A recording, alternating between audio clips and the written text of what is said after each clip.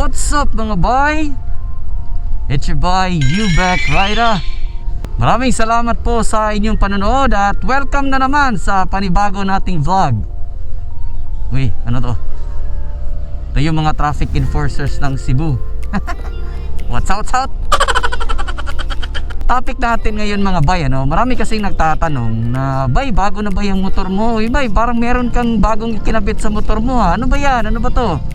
Kaya napagpasyan ko na gumawa ng vlog na ito. So nakita nyo naman siguro sa thumbnail, ang vlog natin ngayon is i-discuss ko kung ano nga ba yung mga accessories na na-upgrade natin sa motor ngayon. Quick story lang mga bay, ano? Ang totoong may-ari talaga ng motor na ito is yung bayaw ko.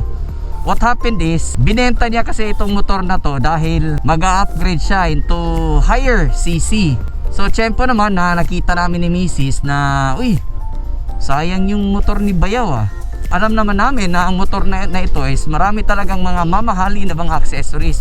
So ayun, nag-testing waters lang kami. Pinost namin sa marketplace at fortunately meron namang isang subscriber na bumili. So ito mga bay, sold na si Buymax. Magpapaalam na tayo. So nakasama natin si Buymax for 9 months. So okay, wala talaga akong problema sa motor. Napaka-okay ng performance. So ito po si Bossing. Boss, shout out. Shout out kay Aaron Binis. XD. Oh, wala X. Patay na sa X. So ang swerte niya, ang takbo pa lang nito is nasa 5,000 plus. Boss, alagaan mo maayos basta. Oh, boss. Bili. So shoutout sa iyo, Master Aris. So ayun nga, good as sold yung Buymax natin. So nakapag-decide kami ni Mrs. na bilhin na lang itong motor ni Bayaw. Kaya yun, tayo na ang bagong may-ari ng motor na ito. So ang takbo pa ng motor nito nung nabili namin is 1,700 plus. So nakikita nyo niya ngayon, nasa 1,930 pa lamang yung takbo. So virgin na virgin pa, di ba? And imagine, 6 months na niya ang may-ari ng motor na to. Pero hindi niya gaano ginagamit. So bago yan, intro!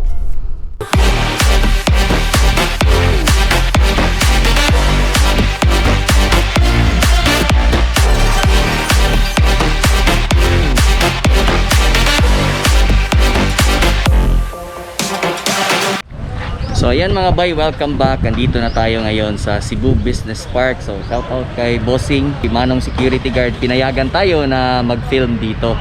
So ito, i-discuss ko na sa inyo kung ano nga ba yung mga upgrades na nagawa ng motor na ito. Okay? So konting cinematics muna.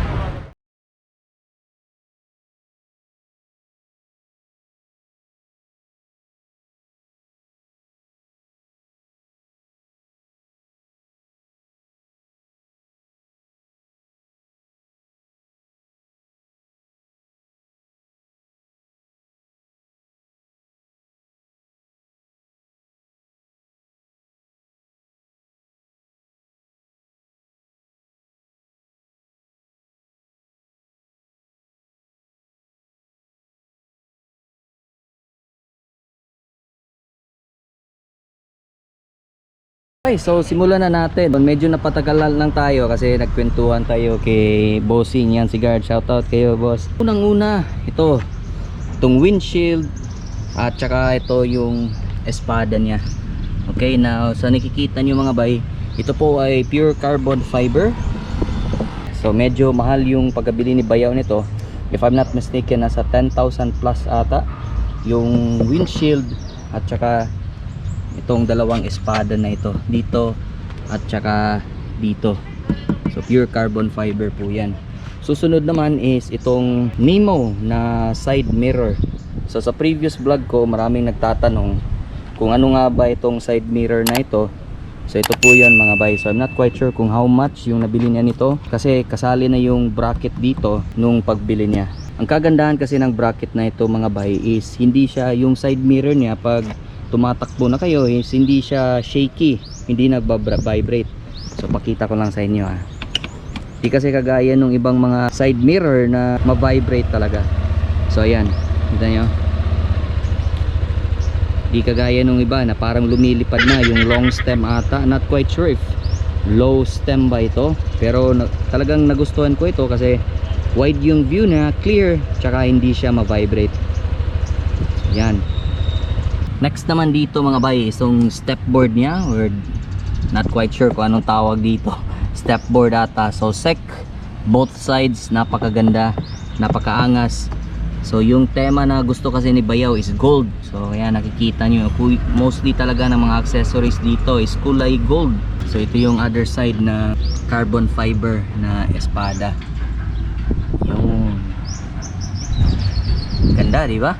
So next naman mga bay is itong YSS suspension na G series. So itong shock na ito is ito lang yung na-adjust niya, yung parang bounce ng spring. Wala po siyang adjustment para sa play, di kagaya nung OKD na ni-review natin.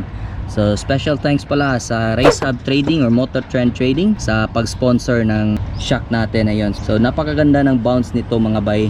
Nung nakasama natin si Missy sa long ride natin, so wala kami naging problema sa bounce nito. Ito po ay authentic na YSS G series. Ito po yung kabila. Mache-check nyo naman online kung authentic yung YSS ninyo sa pamamagitan ng parang serial number dito. So na-check na namin ito, walang problema. Tsaka meron nakalagay na 631 dito banda. So dyan kayo nakakasiguro na authentic yung nabili nyong YSS na shock. Next naman mga bay is itong LED ng LEDWorks. Kung hindi ako nagkakamali, ang bili niya nito lahat-lahat na sa bracket tsaka sa install, sa pag-install ay 5.5 if I'm not mistaken. So na-test na natin itong LEDWorks na mini driving light niya. Wala naman siyang naging problema, okay? Napakaganda ng buga niya. So ang options nito is meron siyang high na all yellow, yan. Tapos pag pipindutin mo naman pataas, nagiging all white naman na low beam. Tapos pag pipindutin mo yung switch pababa is yellow at saka puti na high beam. Diba? Ito po yung switch niya mga bay. So, shout out LEDWorks, Bikini Man. So next naman mga bay is itong JPA na taillight. So nakikita nyo, ganda niya. So ito talaga yung naaastigan ko nung nakita namin ito, nung na-install niya ito. Talagang inggit na inggit ako dito. So nakikita nyo, parang black siya yung cover, tapos kulay pula at saka dilaw. So meron ding ibang kulay to, merong blue tsaka puti. Pero ito yung ginagamit natin kasi para iwas huli. Okay? Alam nyo naman, pag hindi tayo nakasunod sa tamang kulay ng taillight, meron talagang huli yan ng LTO. Okay? So angas, diba? Next naman mga bay, itong mga gold bolts. So grabe sa Bayaw. So talagang nag-invest siya dito sa mga gold bolts mga bay. So ang hindi na lang siguro gold bolts sa motor na to is itong banda na to. To dito, dito, tsaka dito. Pero mostly talaga naka gold bolts na siya, including dito yung lock sa shock. Ayan. Pati na rin sa kabila, ayun.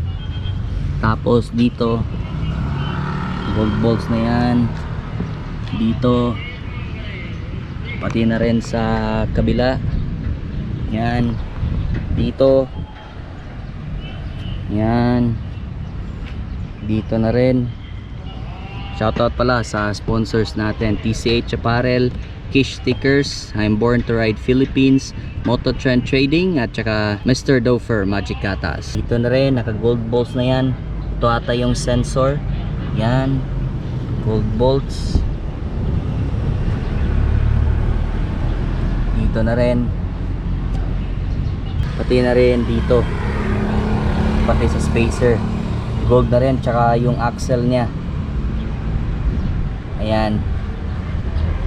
So ayan mga bay, nakikita nyo, dami niyang accessories. At kung tatanungin nyo ko kung magkano nga ba yung nagastos ni Bayaw dito, I think aabot ng almost 40,000 plus. So ito yung lahat-lahat na na-upgrade niya. Swerte natin na tayo nakabili, diba? So kita nyo naman ang motor, napakaganda. So konti na lang i-upgrade natin dito kasi yung panggilid niya dito, panggilid niya naka speed tuner na yan. Pagkatapos yung gulong aftermarket na rin yan. So talagang konti na lang ang i-upgrade natin sa motor na ito. Ano pala, lastly pala ito yung horn. So hindi na po ito stock yung horn niya mga bay. Ito, pakinggan nyo So ayan, so hindi na po stock yan, Pia horn po yan. So abangan nyo mga bay sa mga future vlogs. I-discuss ko dito itong mga accessories na naka-install kung ano nga ba yung bawal at hindi. Alam naman natin na sakit talaga natin yan, yung upgradeitis, diba? So yan yun talagang mga sakit natin, yung mga mahihilig sa motor. So abangan nyo sa future vlog, i-discuss ko yan. Iisahin natin yung mga nakakabit dito kung bawal ba siya o hindi. Okay? So yan mga bay. Sana na-enjoy nyo yung vlog natin. At abangan nyo po yung announcement ko para sa 100k subscribers na paraffle natin. So pina-finalize lang natin. So abangan ninyo. Okay? So mga bay, dito ko na po end yung vlog. Maraming salamat sa panonood. Shoutout kay Bossing, yung pumayag siya na dito tayo mag-film.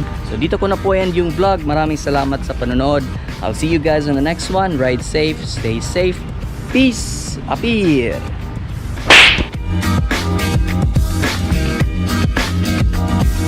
Video ko Chip, ngig na kay gusto i-shout out diha mga kaila nimo.